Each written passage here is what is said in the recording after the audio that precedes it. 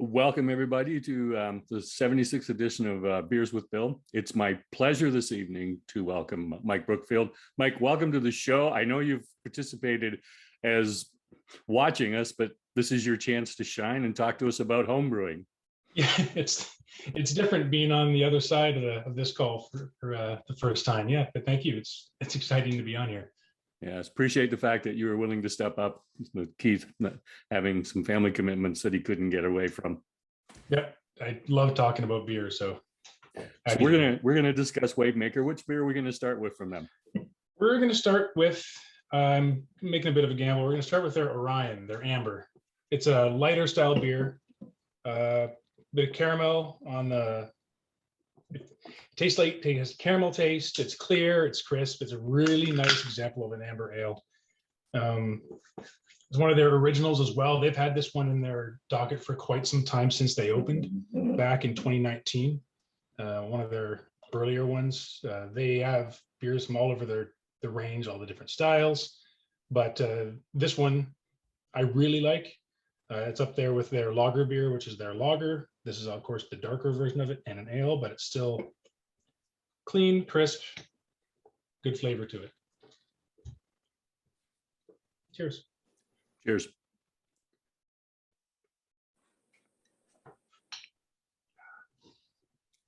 Yeah, a bit of caramel. It's generally like an amber or kind of that style, like a red. Caramel, good malt backbone to it, but still pretty clean and smooth. Not much of a hot bite to it. It's pretty well balanced, and it's a fairly easy drinker if you like the darker side of the beers. Yeah, it's a malt forward amber. It's the style that I would normally drink. So if I can say thank you for starting with that one. You're welcome. I want to lead off with the question that Terry usually asks later on in Off the Record. What beer have you had that after you tasted it, you were like, damn, I wish I'd made that beer? Actually, that's a fairly easy one to answer, and it's more fairly recent. There's a lot of them, but the one that stands out the most is from Little Beasts, their Moorbach Pilsner, their Czech Pilsner. I drank that, and most of you drink a Pilsner, you go, oh, that's pretty good. That one I went, fuck, that's fantastic.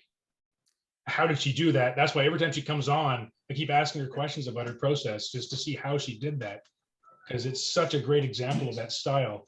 I was surprised she didn't do floor malted Bohemian Pilsner malt, but still, she made an outstanding beer, and I am continuing to try to match that. So how long have you been doing home brewing, Mike? Probably for a solid 10 or 11 years now. As the bio that was on the email said, I started a long time ago with one of my best friends, Noel. You've seen him in Canadian Tire, I think, the Mr. Keg plastic beer making kits. It's pretty flimsy looking and half of it breaks, but it was an extract kit. And he got it. He's always wanted to make beer, and I joined him. And it kind of went from there. And the technology grew, the size grew, the complexity grew, and now we're all kind of, it spread from myself, Noel, our friends, Adam and Melissa, Kate and Kyle, who are all in our friend group, all have also started brewing beer. So it's kind of spread from there. And we like trading ideas and problems. What's been your biggest hiccup making beer? The biggest hiccup making beer, probably fruit. Using fruit is always a pain in the ass. I had made a beer for my brother-in-law, his wedding, and it was supposed to be an apricot wheat, basically a Kronenberg Blanc style of beer. And instead of, the fruit gums everything up. It takes up way too much space in the fermenter. It reactivates your fermentation, so everything overflows all over again. And it's so hard to gauge what type of flavor you're going to get from it based on when the fruit came from in the year. Was it frozen? Is it from a puree? There's so many variables that you have to take into account. That is my first time making it. It was my first problem. First time making it 3 weeks before the wedding, and I've never done it before. So it was such a gamble, and I will never do that again. And also it smelled like rotten eggs 3 days before the wedding. And luckily it cleaned itself up instead of it kicked off all the sulfur that comes from that yeast. Again, because it restarted fermentation, a lot of things happened, and luckily it cleaned up. So it didn't blow up, did it? No, it didn't. It didn't. The bride loved it. It was her favorite one. It didn't taste or smell like rotten eggs by the time the wedding came along, luckily. But I was losing sleep on that one because that was the one the bride requested, and I couldn't not have it. And it had to be good because it was for their wedding. One of 4 for their wedding. So the lesson that you took from this. The lesson is plan well in advance and don't try something new before such an occasion that the bride themselves actually asked for. Yeah. Refine your process, hone it until you're good and ready, then introduce it to the wild. I can just picture what would go, and the smell in your garage would be. No, it was my basement because it was right before. It was too cold. I didn't have I need to do that in the basement because that's where my fermentation chamber was. And I actually brought my coworker over to taste it. I'm like, hey, what do you think of this? I need your nose, need your palate. And I get him a sample. He goes, oh, I'm like, what? Goes, nothing. Like, fuck, come on, what?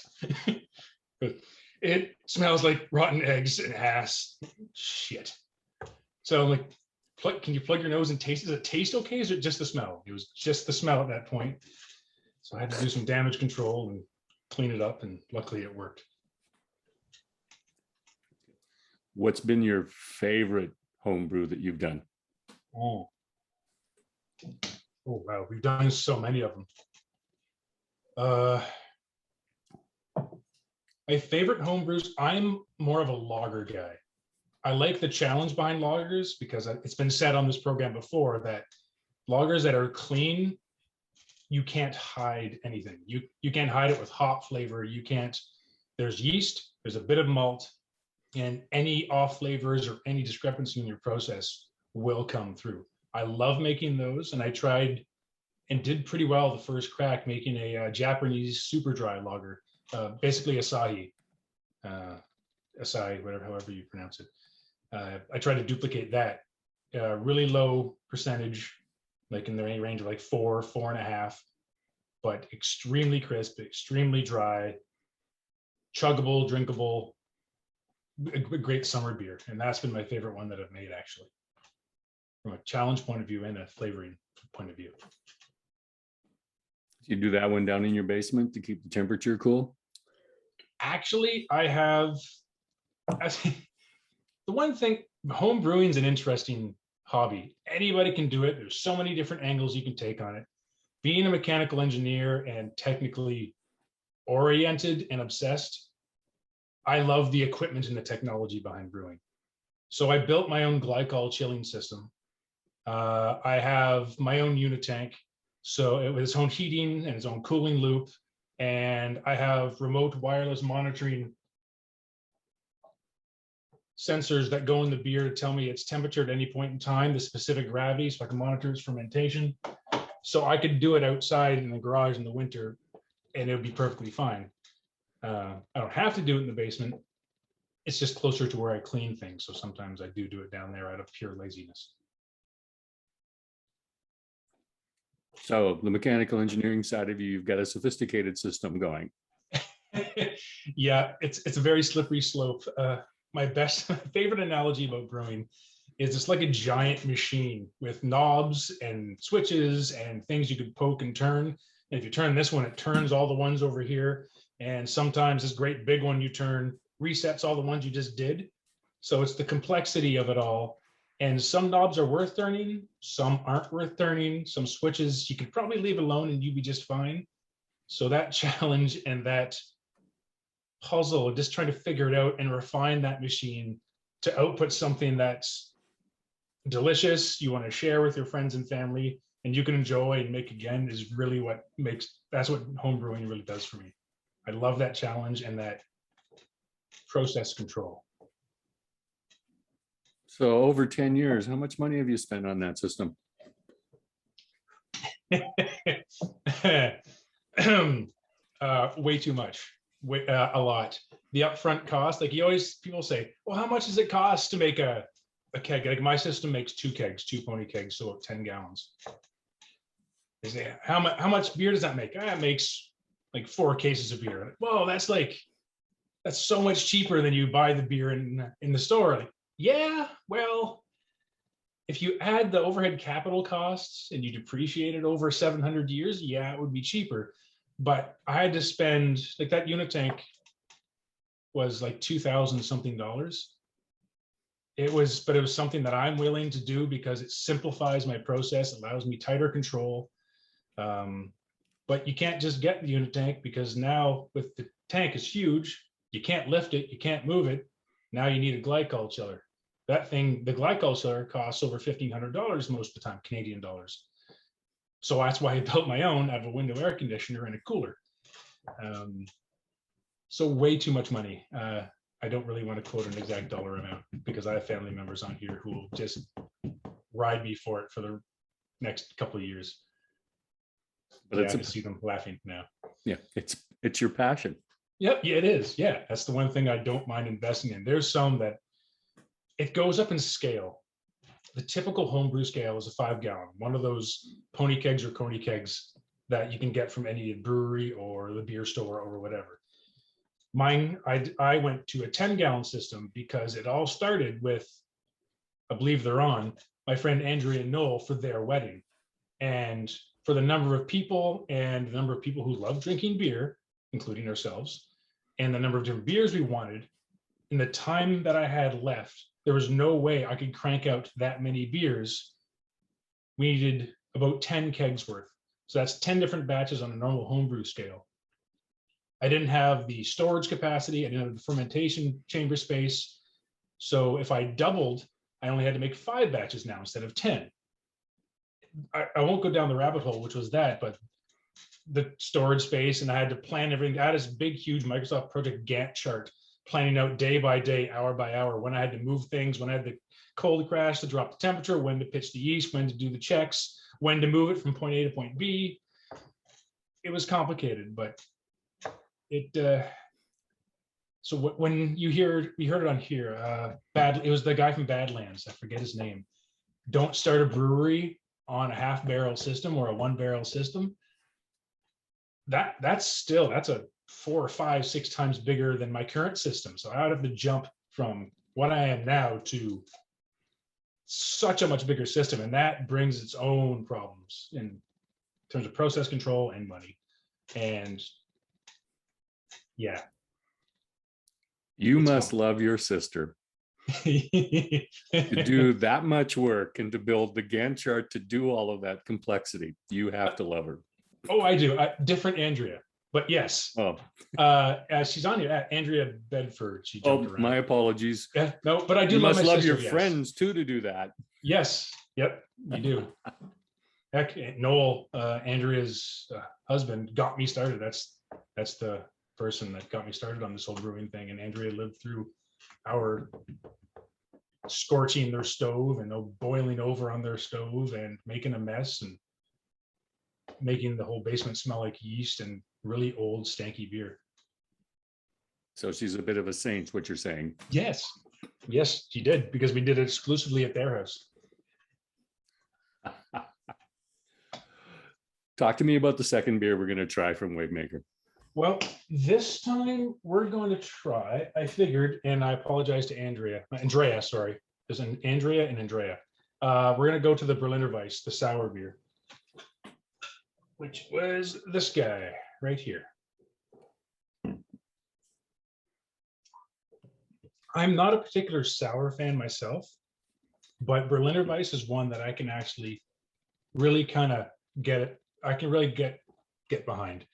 It's lighter on the sours, so the pH isn't as low. It's more refreshing. It's easy to drink. It doesn't do scorched earth in your tongue. And this is a really good example of it. It's higher on the percentage, around the 5% mark, but it's a really great example of a Berliner Weiss. I really enjoy what Scott puts out in terms of his beers. This one impressed me right off the bat.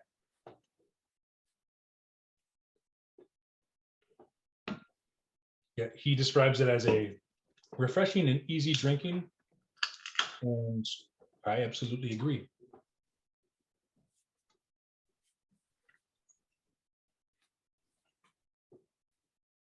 Nice and clear, nice poofy head on the top. Cheers. Cheers.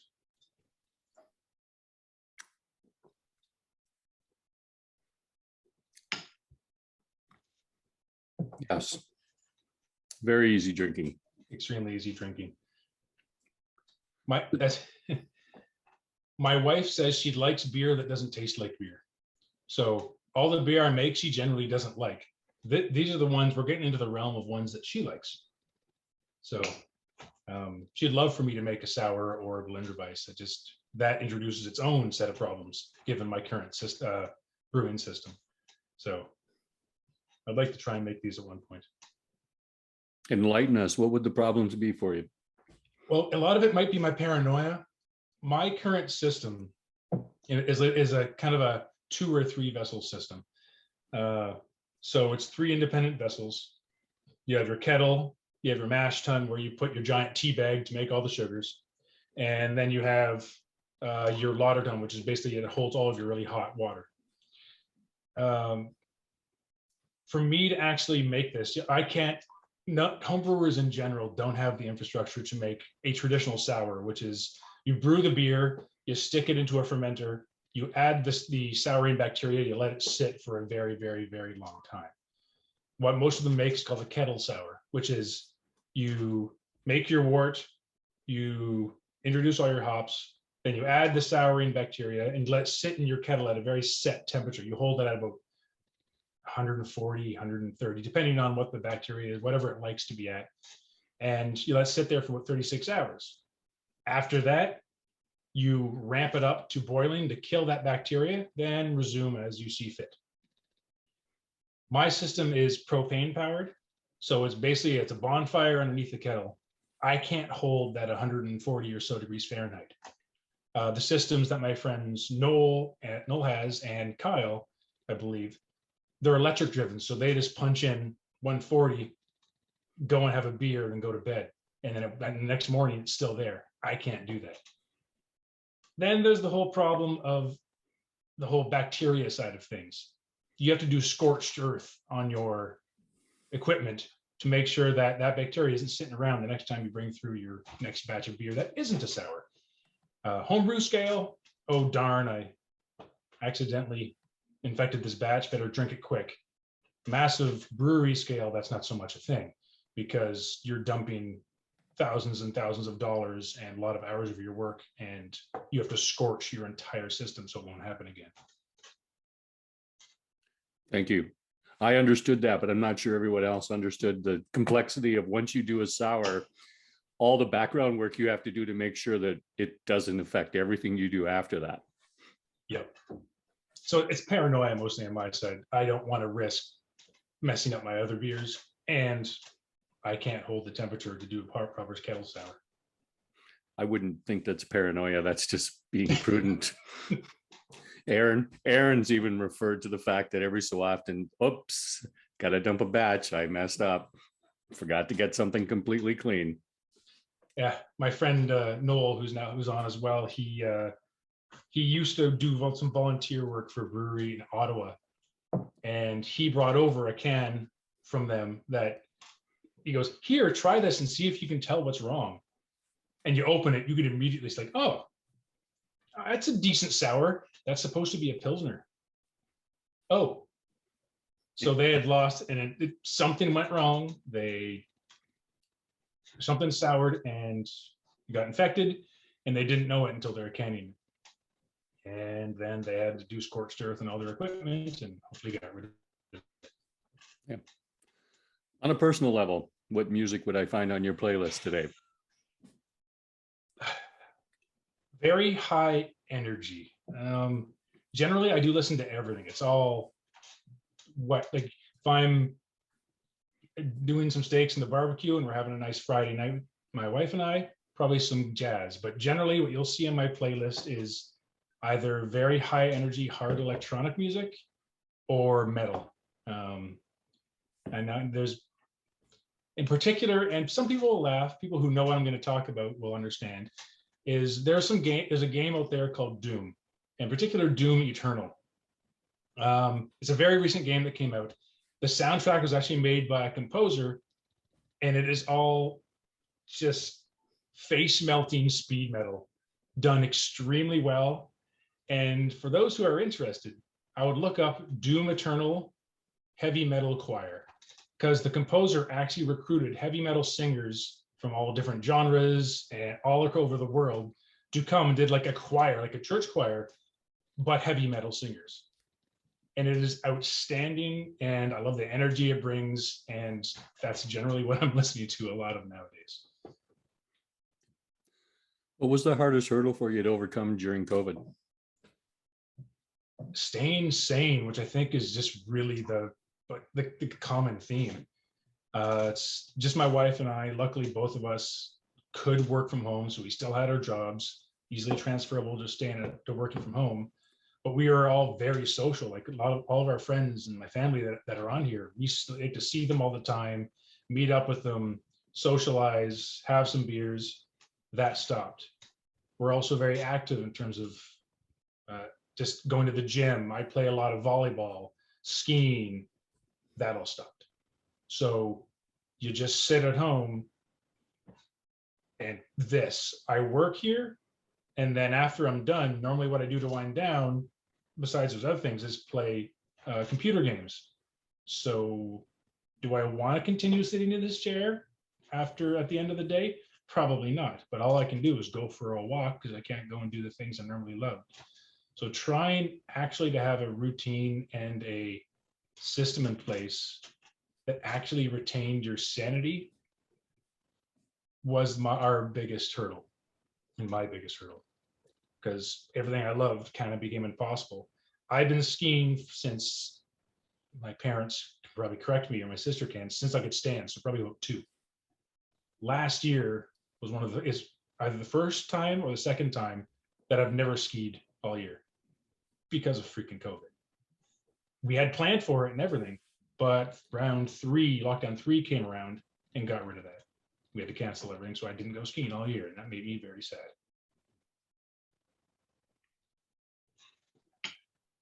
What do you think has been the best change that's happened during COVID? People just trying new things for the reasons that I just kind of listed. A lot of people who are used to just having their own routine and doing the things I love, they went, well, now what? So I would bet a lot of people tried home brewing. A lot of people tried knitting, woodworking, gardening, just going and finding new shows, going out for a walk in their trails out behind their house, because that was perfectly allowed. So they went exploring different trails. We found a whole bunch down here in Cambridge that are just outstanding. The park was full of people that are out walking because that's all they could really do. From a brewing point of view, the attention that went to the smaller breweries, like Scott from Wavemaker down here couldn't keep cans on his shelf because people were just coming to them. They didn't want to go to the LCBO and stand in a lineup that wrapped around the block. They didn't want to go to the beer store. They also started, as we all saw here, being able to actually order. All the breweries allowed you to order things. Either did free delivery, free shipping over a certain amount, or just started delivering Ontario-wide. So that really opened it up from there. So I really, really enjoyed the fact that local breweries, I hesitate to say benefit, but they really got a lot of positive attention because of COVID, simply due to the fact that they were able to pivot so properly, so easily to say, well, we can't do this whole keg thing. We can't have people have a beer over in bars A, B, C, and H. Let's start canning things and really starting to ship that out to people who enjoy it. And the message got out there. And I think a lot of people really turned to their local brewery instead of going to the LCBO and picking up what they normally do. What would I find on your nightstand for reading material? I think there are 3 books, actually. It depends there's a book, I can't remember what the name of the author is. Sorry, Dad. I got it from my dad. It's based in just south of I'm from Northern Ontario. I basically take Toronto, go north for 7 or so hours, 2 hours north of North Bay. It takes place in North Bay. It's like a murder mystery. You follow the detective around. It's not that special, but the fact that it's all using recognizable landmarks and just that whole surrounding community is awesome. My wife and I are reading through the Harry Potter series because I've never read it. I've seen all the movies, I've never read them. So when we're going to bed, we read that to each other. And my own personal book is The Boat Who Wouldn't Float by Farley Mowat. I actually have, it's the book I got from out east, from the bookstore. Like the actual boat was there on land. I got to see the actual boat and actually buy the book that is signed by Farley Mowat. And I'm rereading that again because it's a great story. Oh, that's fantastic. So what's next for Mike? Next, really, from a brewing point of view, I'll start with the brewing point of view. My brew day is really complicated, really, really complicated, simply because everything is spread out. Everybody has on this show has always said brewing is 10% of it, the rest is cleaning. I brew in my garage where the only place I can clean is in the basement, which is around the back of the house, down a set of very uneven concrete stairs, and into the bathroom, which is a stand-up shower. So cleaning's a pain in the ass. Lifting things by myself is a pain in the ass. I would really like to get to electric brewing because I'm tired of running out of propane mid-brew and always having to go and get new tanks. I would love to get my own water system because, as we said on this show before, Cambridge water is terrible. It's next to granite. It's about as hard as my desk. You can't brew with that. So I have to go get distilled water from the Zares down the street. That's hard lugging those things around. I've pulled my back so many times lifting these 50-pound things of water and trying to pour it into my kettle. So going to electric brewing, getting my own water system would be amazing, and somehow simplifying my cleaning procedure would make my brew days so much better. From a brewing aside, not that much. I kind of really like everything else brewing aside. My sister moved back from Kansas. She's now local, about 20 minutes away from me. That's fantastic, getting to know my nephews more because they moved back and then COVID marched along. So I didn't get to see them as much as I could, do the things that we really want to enjoy. So getting to see them more, do more things with them would be amazing. Getting to see my friends again, travel down to see some of my friends who aren't local to us. Getting back to pre-COVID levels of socialization would be amazing. Amen to that. I know you wanted to know after I did the show at Wellington when I was doing the next one. That way. That was awesome. That was physically being there. Yeah. The IPA, because I'm assuming that's the next one we're going to do. That's the next one. Yes. Kai and Scott Tie the Knot is the name of it. And it's literal. This was their wedding beer. Scott is the head brewmaster at, that's not coming in very well. The head brewmaster at Wavemaker. His former fiance, now wife, Kai, they both love beer. And this is the one that they made for their wedding. And they chose the hops that they each loved the most and just tossed it into their favorite IPA recipe. They served it at their wedding and then released it to the masses. It is a excellent beer. It uses some of my favorite hops, Sabro, which is kind of like a pina colada, but also really nice and tropical and fruity. It's got a great mouthfeel. It's got a lot of citrus flavor from the Amarillo, I think I can't remember, but it's such a well balanced, a great example of a nice juicy IPA. Cheers. Cheers.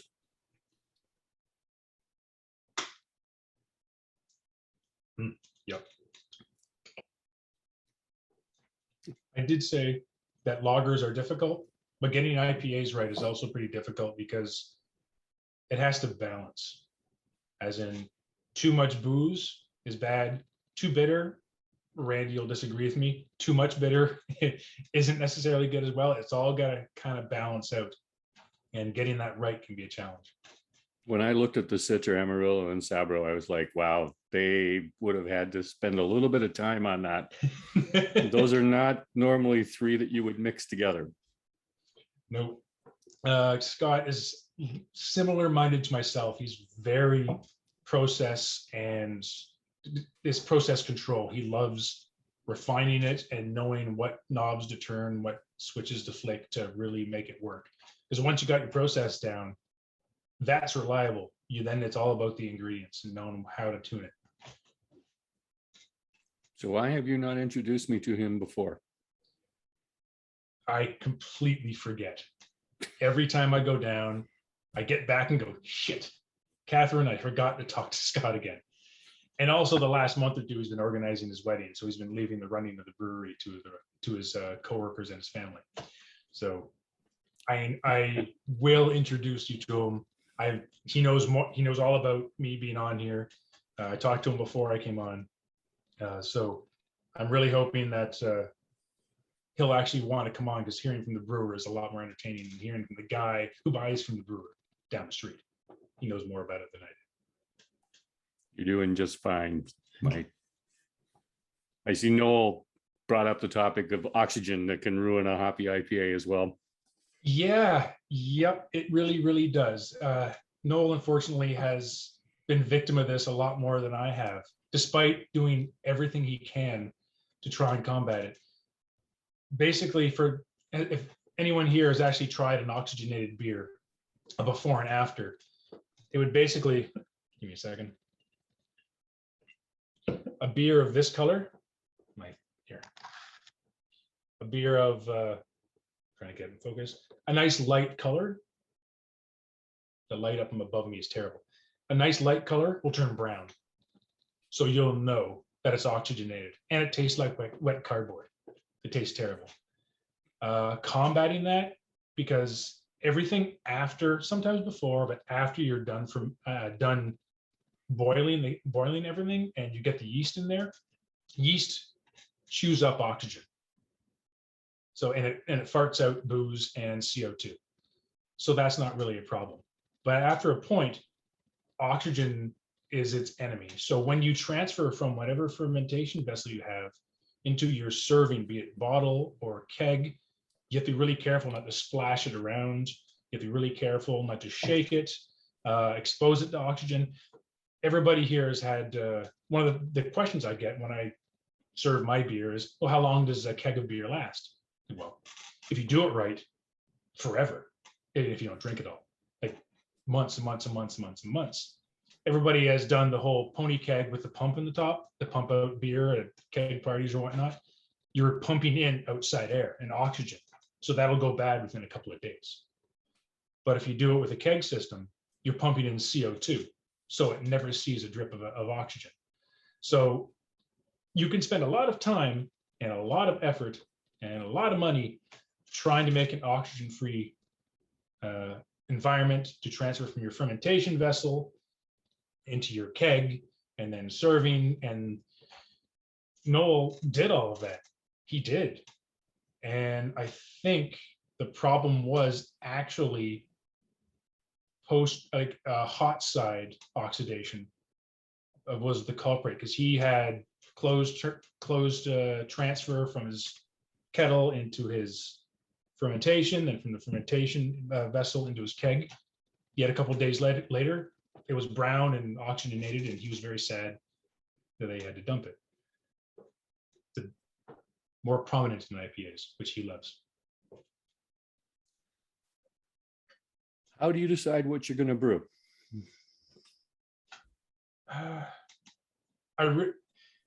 by what's coming up, I like brewing for events. Like now I'm going to be brewing for Christmas coming up. This Christmas, like a lot of families, I imagine they have to flip between going home to their spouse's family for Christmas or staying home or going to your family's. I'm going home. So I'm going to my dad's, our house back up north. And I love brewing a bunch of beer for them. So typically it's what do they enjoy? What do I enjoy? What to bring? Seasonality. But I tend to lean, like I said, towards lagers. I love lagers. I'm on a European lager kick. So straight up Pilsners, the Czech Pilsners, Box, did an Oktoberfest beer. Love that. So really it's situational based, biased by my own tastes. Who's the most influential person in your life? Oh boy, that is a weighted question considering my dad's on my family. My family absolutely is my dad, my mom, my sister, my opa, my grandfather. They all shaped to be who I am. So one person, I honestly can't answer that. I can't say just one person because it takes a community to raise a child. It takes community to raise a person. One person can do it, but I had a community raise me, and a lot of them are on right here. I'm just going to say I had the opportunity to meet your dad a couple of weeks ago. That was great. Yep, so, Bill met Bill. Yep. Yeah, Bill met Bill. Yeah. Who's had the biggest influence in your life? Biggest influence.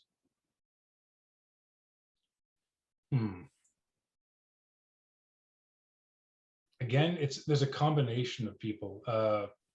I'm very technical. I loved computers from a very young age. I loved technical things from a very young age. And that was really encouraged by a lot of members of my family. My Uncle Roy and Uncle Brian, who were also mechanical engineers. And I was encouraged from them. Being the person that I am came from members of my family as well. When I came from the very literal small town of Northern Ontario, we lived out in the middle of nowhere. Right now, I think it's just sub 9,000 population, and that's amalgamated a bunch of surrounding towns. Coming down to Kitchener-Waterloo for the first time.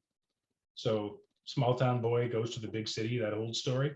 My sister was here the whole time. So she's a huge influence on me. I'm not saying that because she's on here, but she literally did.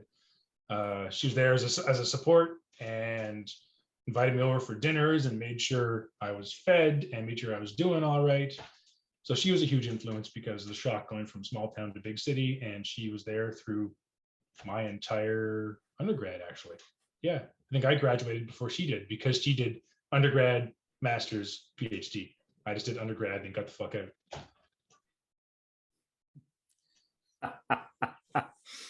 So she made sure you stayed on the straight and narrow. That, or at least remember Dad's there, so be careful how you answer that. Yes, she did. Absolutely, 100%. What's the most important lesson you've learned so far in life?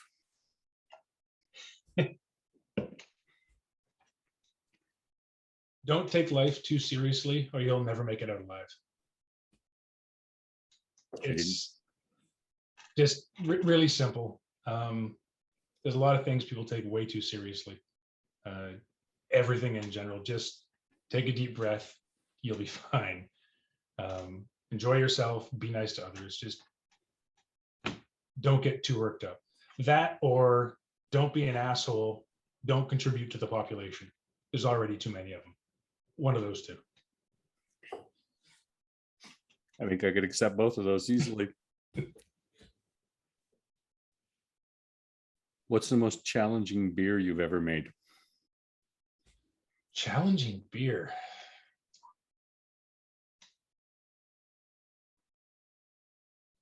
Well, that's a if there's one challenging from like that fruit beer that I talked about for the wedding, that was challenging because everything kind of went wrong all at once. But from a like without things going wrong point of view,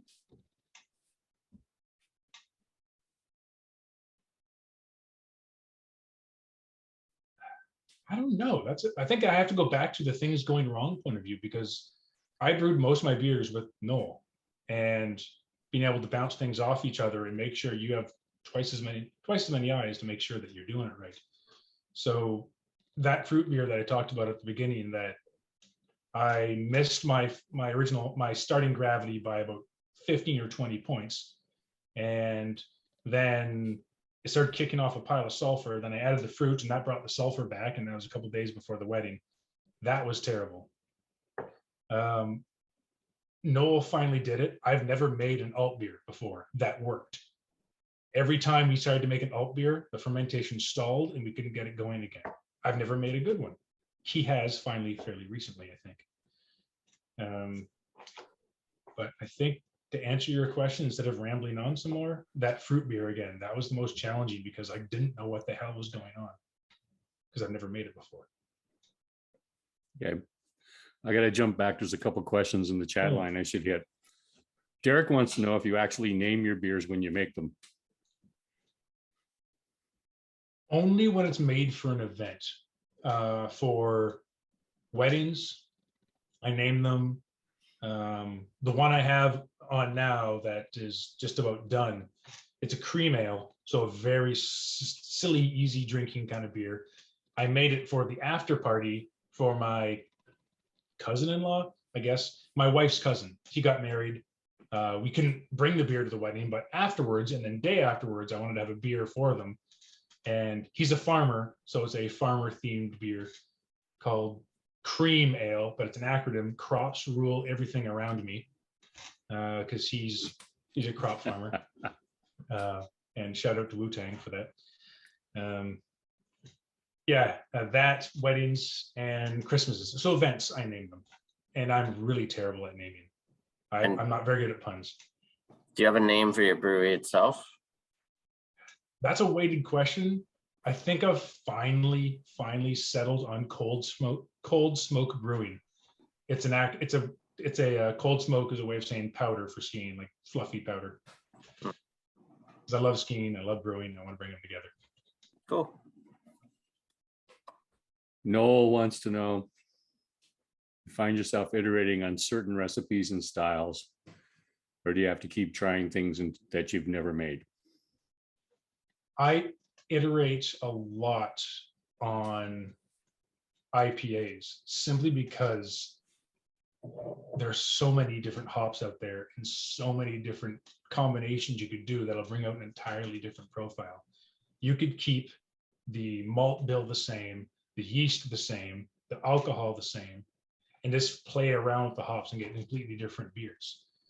In terms of trying to get a very specific beer correct, as in I made this beer, it's not quite right yet. Yeah, a Pilsner, I haven't quite nailed that yet, which brings me back to I wish I brewed Aaron's Moorbach Pilsner, because I want to do that so very badly. So saying that, I also have a couple of fallback beers that I love to make. That super dry Japanese lager I love to make. California Common, for those of you who had not had a California Common, for the love of God, go have one. It's a fantastic style. Basically, it's a lager that is fermented at warmer temperatures, but the yeast is tuned to do that. There's a whole story behind that I won't bore you with. But it is a lagered beer with a very unique flavor profile that's also drinkable, and I love making that one. I've made it for 4 different weddings because I love it so much, and I always introduce that one. It's a great for people who like yourself, Bill, like a more of an ambery style beer, but it's also a lager, so it's easy drinking. So I love making that stuff. Noel's also curious, how many perfect recipes in your recipe book now? Perfect ones? I think only one, to be honest. The Japanese super dry lager, that one I actually nailed pretty well on the second try, and I don't really want to move it past there. The IPAs, there's always been a bit I want to tweak. Even the California Common, I absolutely love it, but the hop profile I still want to change out a bit. There's so many variables you could turn. Water profile, you could change that. It changes the beer entirely. And we'll get into that either. Really? Yeah, just the one. But that's not necessarily a bad thing. You just get to play around more, do something I love doing, and make beer. Oh no, I have to drink beer. Let's talk about the stout. Oath Stout. Again, one of Scott's original beers. A couple months after he opened. It's at the actual brewery, it's done on tap on CO2 or nitro, which both of them will bring out different aspects of its flavor profile. CO2 cuts sweetness. That's one of the things that it does.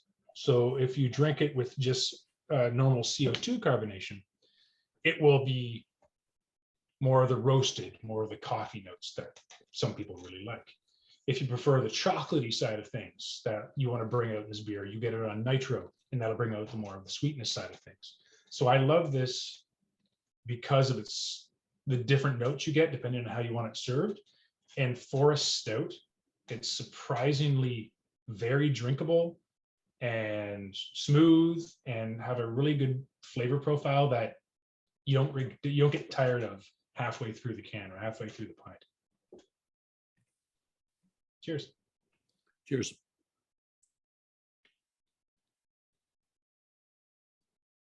It's not a heavy stout like a lot of those big milk stouts or vanilla stouts.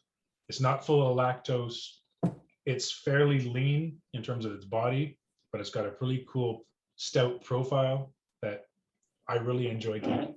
Personally, I like it on nitro. But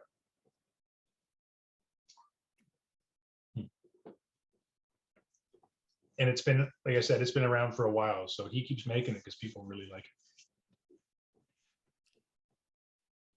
Who is your favorite craft beer bar or restaurant in the region?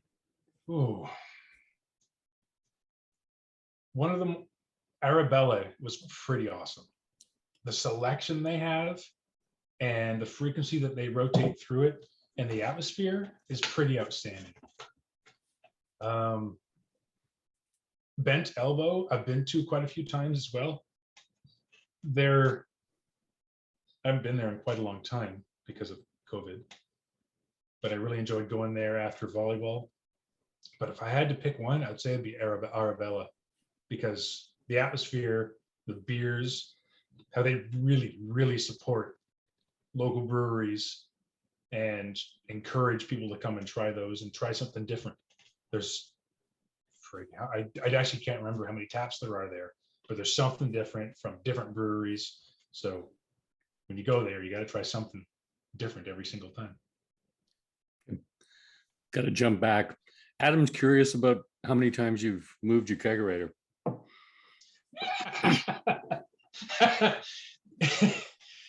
I've lost count.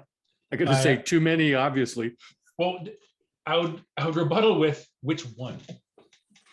I have two. One is my 2-tap bar fridge that's sitting in front of me here. That is my mobile unit, because I could pick the thing up by myself and load it into the back of my car, and it just fits. But that's only for 2 kegs. It has 2 taps. If I need something bigger, like for weddings, I have my keg freezer downstairs, which has 4 taps and has space for 6 kegs. That one I can't lift by myself, and I need help with that one. That's the one I bring to weddings. And actually, you can turn any chest freezer into a keg freezer. You just got to be able to make sure that it stays above 0, 1. And also I needed a place to put all the taps for it. And typically people put a top on it or a collar where you throw the lid to the chest freezer away and you drop this thing on top that has the taps on it. That's pretty basic way to doing it. The one I have now was made exclusively for my keg freezer downstairs for Noel and Andrea's wedding by Andrea's father. And it is if I had to pay somebody to make this thing, that would have been hundreds and hundreds and hundreds of dollars. It is fully insulated, like full nice press fit, 4 taps, beautifully painted, drip tray, drainage. He did an outstanding job, and I still have it because they gave it to me afterwards. Adam's curious how many times you have moved that one. Well, Noel and Andrea's wedding, my wedding, Kyle's wedding, a couple of staycations back home, probably about 10 or 12 times. And it just fits in the back of my RAV4. So that's also a bonus. Wow.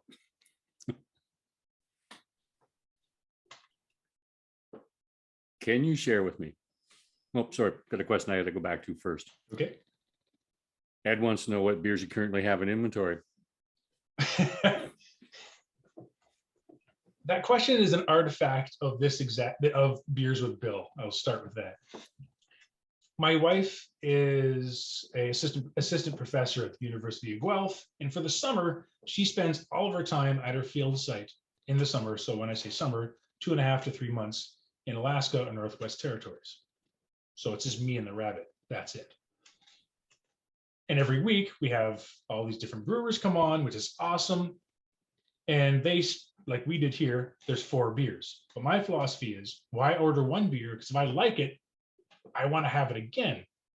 So I order beer almost every single week. But there's just me to drink it. So it added up really quickly.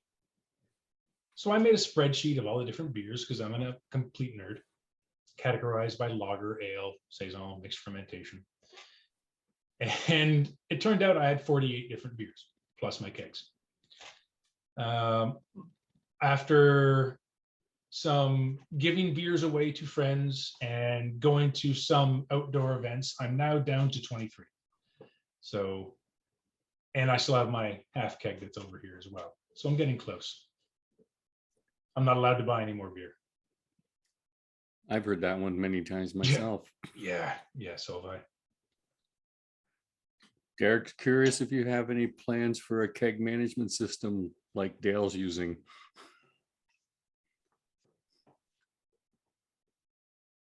Plato. I got the idea from him. I've heard of it.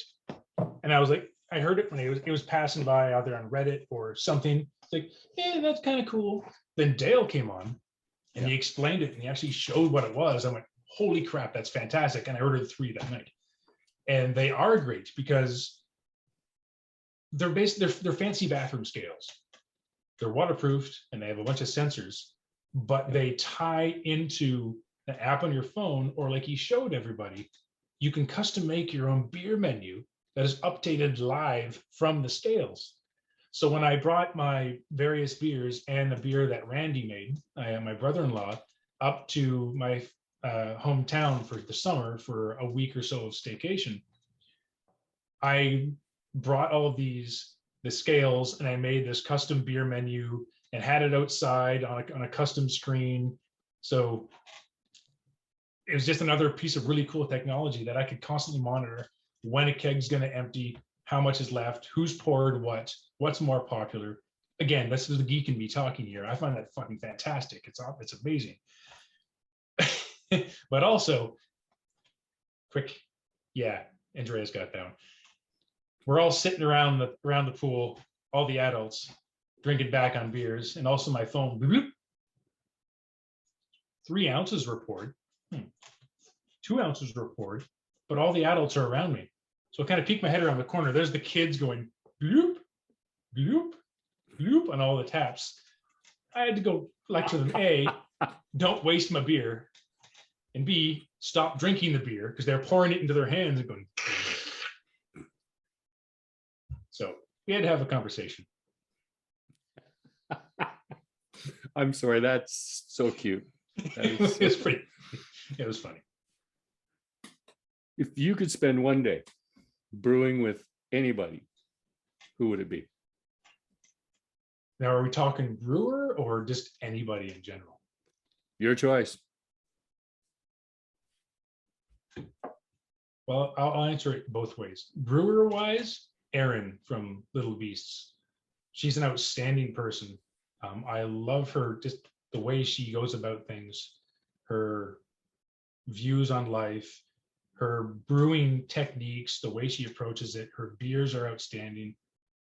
She's been on the show twice, and each time I've got, damn it, I would love to brew with her because just I've loved everything about her and how she operates.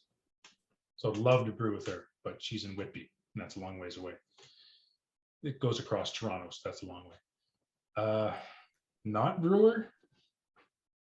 I've actually thought about that question because I've been on here, part of the show for a while. Probably my Opa, the father on my mother's side. He liked beer. My Opa. He's German. He enjoyed beer. I brought some of my beer before in its infancy, so it's gotten better since.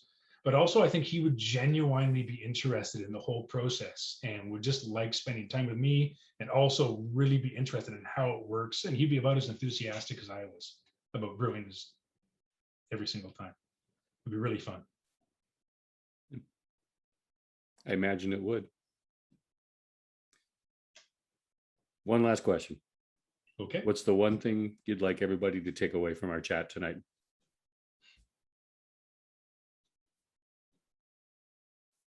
Home brewing's amazing. Derek, I see you typing it. Drink more beer. For those who don't homebrew, I would highly recommend trying it. It can scale. It is like I've been talking about all this. It's difficult and it's expensive, but I love it. It's as difficult or as expensive or as complex as you want it to be. It can be, I do it in 10-gallon batches. You could do it in half gallons, 1 gallons, in your closet, in your garage. You could have a full brewery in your garage. It's as complicated or as easy or as, it's just a nice way to express yourself. I express myself through brewing, through my technology and my control and all the cool gadgets that I got. Some people love throwing everything but the kitchen sink into that thing just to see what flavors come out, because that's a way how they like trying something new. It is a nice way to be creative, drink more beer, and just spend time with friends. Brewing with friends is so much fun. Like brewing with Noel, brewing with Kyle, he's come over and done it and brewed with me before, brewing with Randy. It's just so much fun doing it with friends as well. So, and don't be a dick. There's already too many of them in the world. Don't contribute to the population. Mike, I want to thank you for sharing your story with us. This has been a fantastic conversation and chat. Thank you for inviting me. And remind everybody, Melanie Dirkson's on next week. If you're going to place an order with her, I will be going down Friday afternoon and bringing them back and dropping them off at David's, and you'll be able to pick them up there on Saturday. Just message me to let me know.